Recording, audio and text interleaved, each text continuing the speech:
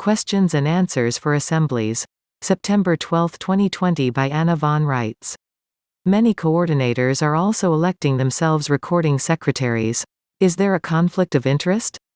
It's not a conflict of interest for a state coordinator or any other state national to work as a recording secretary. State nationals can function in many roles and take on a lot of work and responsibility within their state government. They cannot, however, officially vote on international issues impacting their state. Can a state coordinator also be a county coordinator? There are no county-level coordinators, because coordinators work directly for the United States of America in international jurisdiction and counties have no international interface. Remember our discussion about how the founders gave the counties the highest authority over local law, but then isolated the counties so that they could not make separate deals to sell out to foreign interests. If you think about it, you can see that there were little enclaves all over the country that might have, at the county level, sold out to the French or the English or the Papists or the Dutch government, so it was imperative to stop the counties from being picked off.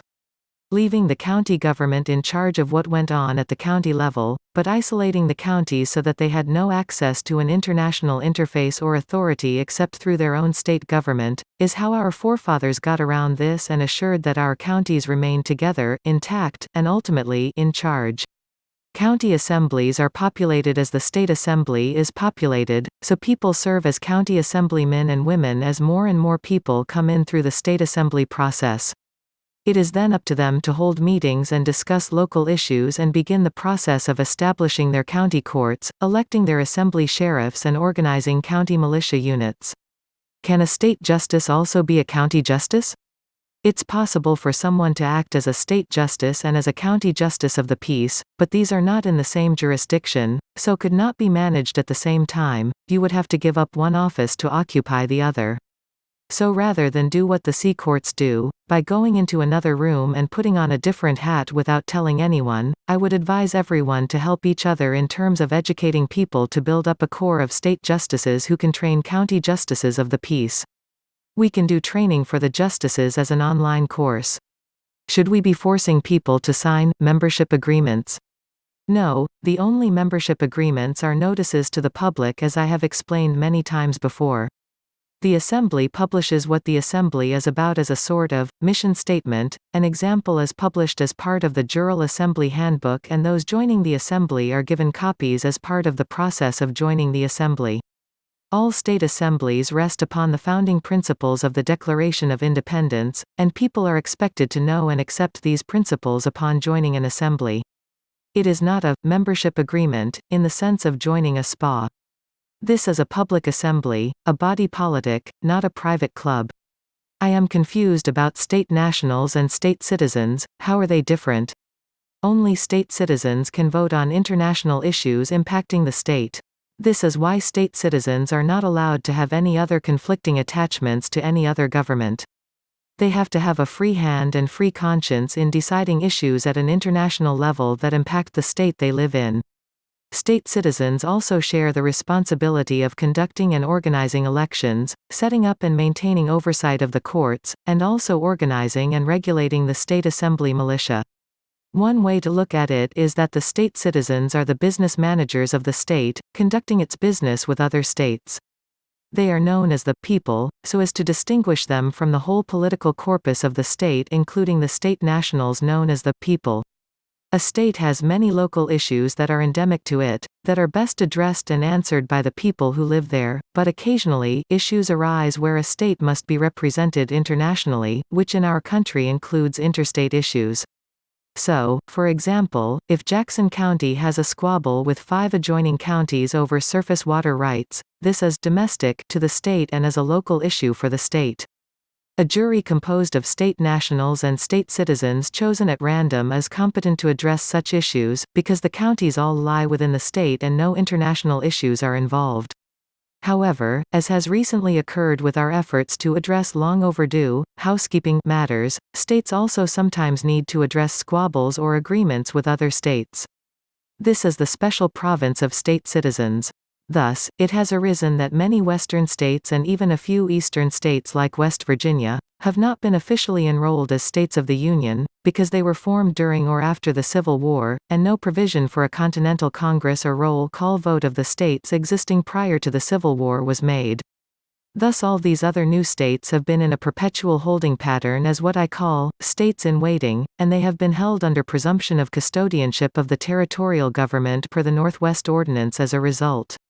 Only our states can welcome them into the Union, and our states were not in session.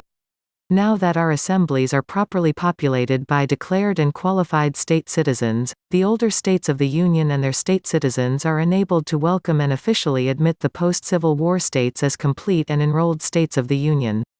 This is an interstate international issue, so only the state citizens, also known as the people, can resolve the issue for everyone concerned. That is also why the preamble to the constitutions begins with, "We, the people."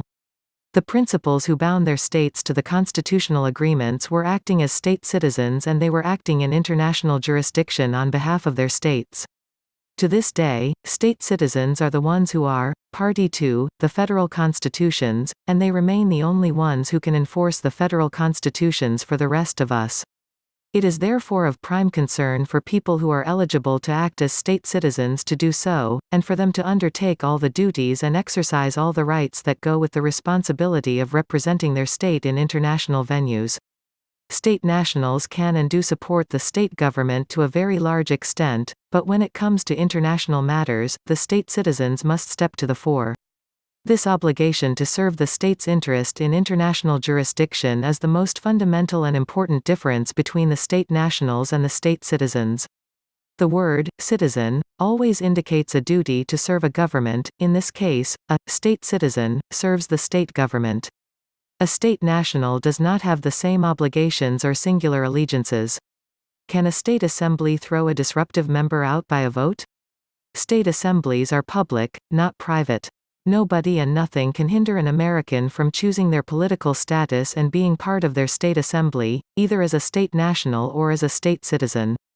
This fact was also underlined for administrators of the territorial government by Executive Order No. 13132. These disruptive people have the right to claim and enjoy the responsibilities and rights of their chosen political status like everyone else. However, the state assembly also has reasonable rights and responsibilities to conduct business and cannot allow itself to be commandeered or held captive by one or however many disruptive people. How do you resolve this situation? By adopting rules of order and publishing an agenda prior to your meetings. You can, upon provocation, remove disruptors from individual meetings.